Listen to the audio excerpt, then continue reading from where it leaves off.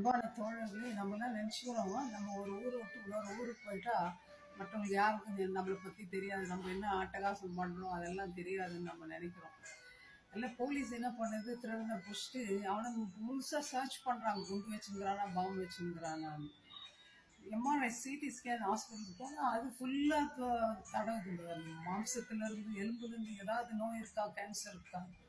ஆனால் அதை விட மேலாக இயேசு கிறிஸ்து என்ன சொல்றாரு தெரியுங்களா? 139 சங்கத்துல தாவீது சொல்றாரு, கர்த்தாவே நீர் என்னை ஆராய்ந்து அறிகிறீர். ஆண்டவர் அவ்வளவு ஞானம் படைத்தவர். நம்ம என்ன தப்பு பண்றோம், நம்ம வாயில என்ன பேச போறோம், நம்ம எங்க உட்கார போறோம், எங்க எழுந்துக்க போறோம், தூங்க போறோமா, எல்லாத்தையும் எவ்வளவோ கிலோமீட்டர்களுக்கு தூரத்துல இருந்து அவர் அறிகிறாருன்னு சொல்றாரு. அவ்வளோ நம்ம மேல அவ்வளோ பாசம். ஒரு குழந்தைய நீங்க பாத்தீங்கன்னா அந்த குழந்தைய கான்ஸ்டன்டா நம்ம பார்த்துட்டே இருப்போம். குழந்தை கீழே விழக்கூடாது, தவறக்கூடாது, அடிப்படக்கூடாது அப்படின்ட்டு. அதே போலதான் எவ்ரி செகண்ட் இயேசு கிறிஸ்து நம்ம மேல நோக்கமா இருக்கிறார், நம்ம பார்த்து இருக்கிறார், நம்ம ஆராய்ச்சி பார்க்கிறார். என் பிள்ளைக்கு என்ன வேணும், என் பிள்ளை என்ன கஷ்டப்படுறான்.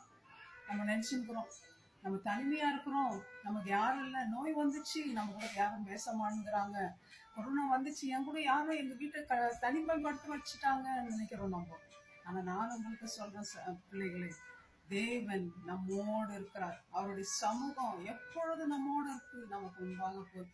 தாவீது அது மாத்திரம் இல்லைங்க, முற்புறத்திலும் பிற்புறத்திலும் நெருக்கி உங்களுடைய கரை என்னை தாங்குகிறதுன்னு சொல்றார். நம்மளை சுத்தி ஒரு ஃபென்ஸ் போட்டுக்கிறாராம். பிசாசு தொடர்ந்தானா கூட ஆண்டவர் விட்டதான் வரணும், முதல் நம்மளை அட்டாக் பண்ண முடியாது. நம்ம பயந்துட்டு இருக்கிறோம், யாரு நம்மள அட்டாக் பண்ண போறான், யாரு நம்மள கொலை பண்ண போறான், யாரு நம்மள அடிக்க போறான்னு பார்த்துக்கிறோம். ஆனா நான் உங்களுக்கு சொல்றேன், உன்னை கொல்ற வெற்றவனுக்கு நீங்க சொல்ல வேண்டியது, நீங்க முடிவு கூட என்ன பண்ண முடியாது, தொட முடியாது. ஏன்? இயேசு கிறிஸ்து சுத்திலும் இருக்கிறார், எனக்கு சுத்தி. அந்த பாதுகாப்பு யாரு கொடுக்க முடியும் நமக்கு இந்த உலகத்துல? ஒருவரும் கொடுக்க முடியாது.